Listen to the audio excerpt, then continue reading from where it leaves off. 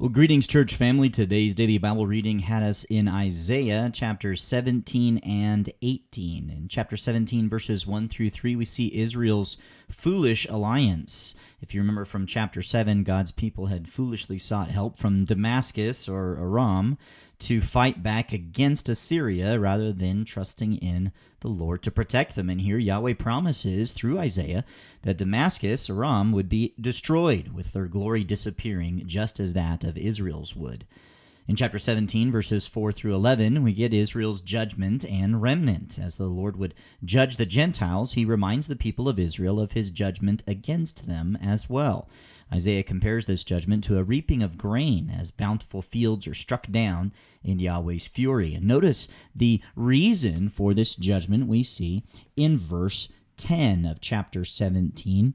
For you have forgotten the God of your salvation and have not remembered the rock of your refuge. Therefore you plant delightful plants and set them with vine slips of a strange one, a strange God, that idolatry, the rebellion against Yahweh. All the altars of the idols the Israelites had turned to would be struck down in the Lord's judgment. Verse 7 shows what the intended result would be. In that day, man will have regard for his Maker, and his eyes will look to the Holy One of Israel. Yahweh is the only Creator, the only one true living God. And notice also the remnant of Israel being hinted at in verse 6. There's reaping of the fields is going to occur, and yet gleanings will be left in it, like the shaking of an olive tree. 2 or 3 olives on the topmost bough, 4 or 5 on the branches of a fruitful tree, declares Yahweh, the God of Israel. Then chapter 17, verses 12 through 14, we get judgment on the nations. In addition to his judgment on Israel, we also see the promise here by Yahweh through Isaiah to exact his judgment on the nations. No matter how much they might rumble and roar and rage at the Lord, the nations will be subjugated by God at the exact time of his sovereign choosing.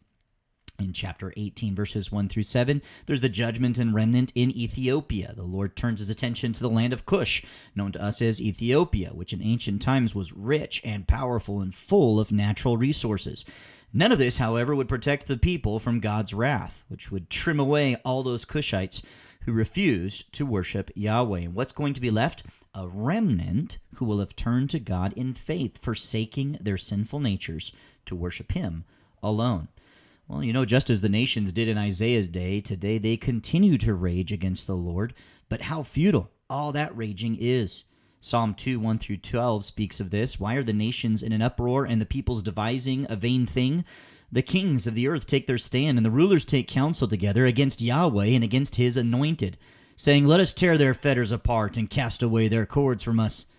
He who sits in the heavens laughs. The Lord scoffs at them. Then he will speak to them in his anger and terrify them in his fury, saying, but as for me, I have installed my king upon Zion, my holy mountain. I will surely tell of the decree of Yahweh. He said to me, you are my son. Today I have begotten you. Ask of me, and I will surely give the nations as your inheritance, and the very ends of the earth as your possession. You shall break them with a rod of iron. You shall shatter them like earthenware. Now therefore, O kings, show discernment. Take warning, O judges of the earth. Worship Yahweh with reverence and rejoice with trembling. Do homage to the Son, that he not become angry and you perish in the way, for his wrath may soon be kindled.